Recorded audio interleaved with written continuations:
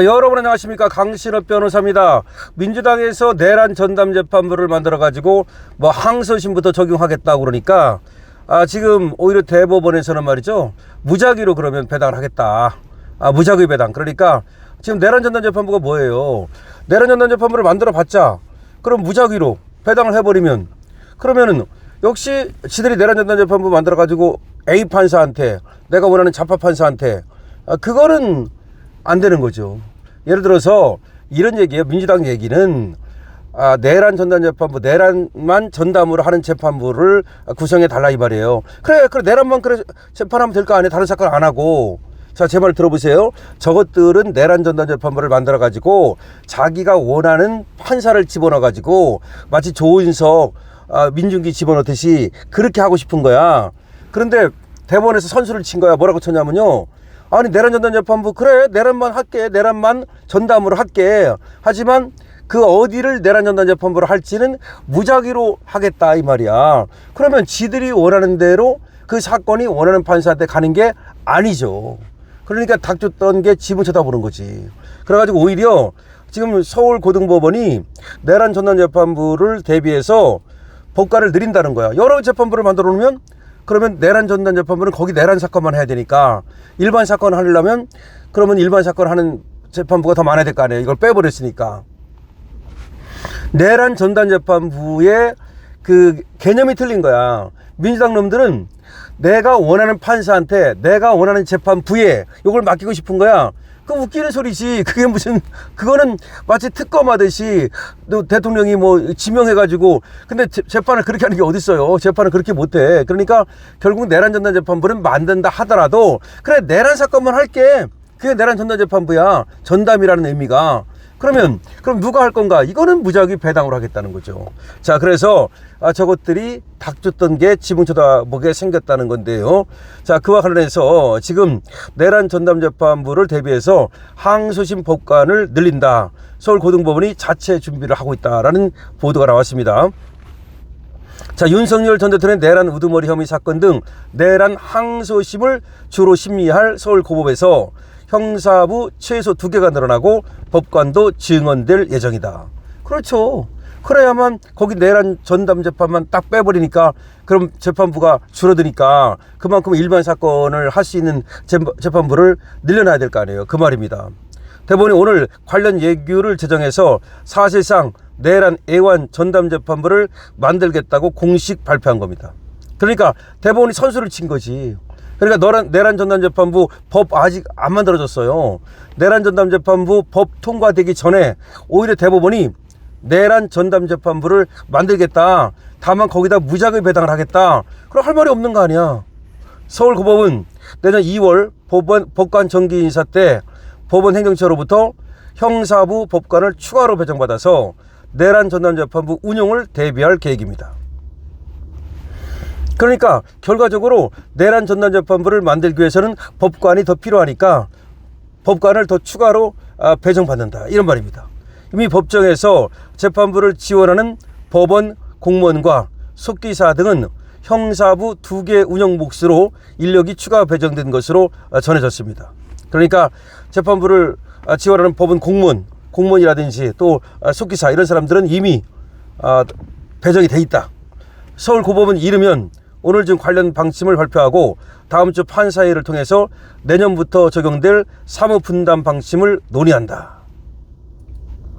서울중앙지법에서는 내란 1심 사건의 진행 속도를 지적받자 지난 9월 해당 재판부에 법관 1명을 추가 투입하는 등 관련 대책을 내놓았지만 이미 재판이 약 9개월간 진행된 뒤라 뒤늦었다는 비판을 받은 바 있다.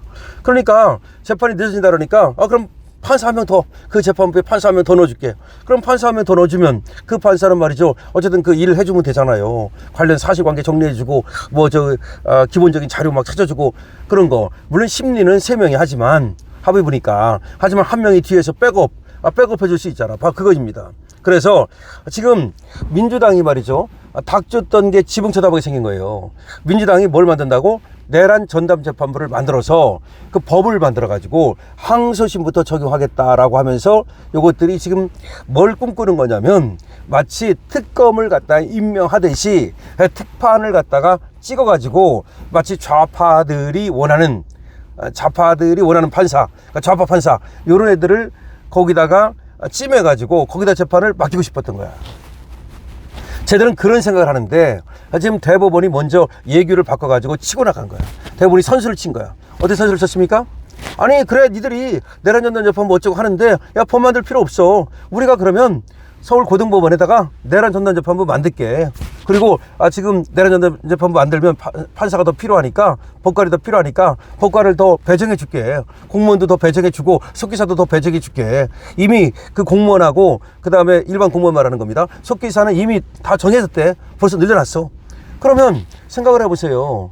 그럼 어떻게 되는 거야? 결국은 그럼 이 내란 전담 재판부를 어디를 내란 전담 재판부를 할지 여러 재판부가 있잖아요. 그 중에서 어떤 거 할지 이거는 어떻게 하겠다? 뺑뺑이로 하겠다는 거야. 뺑뺑이로.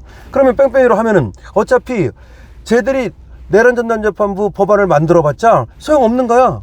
원래가 뺑뺑이로 하는 거거든. 지금도 어떤 사건이 이 접수가 되면은 어떤 재판부로 가, 1부로 가냐, 2부로 가냐, 3부로 가냐 이건 뺑뺑이로 해요. 지금도. 그래 그게 공정하지 않습니까?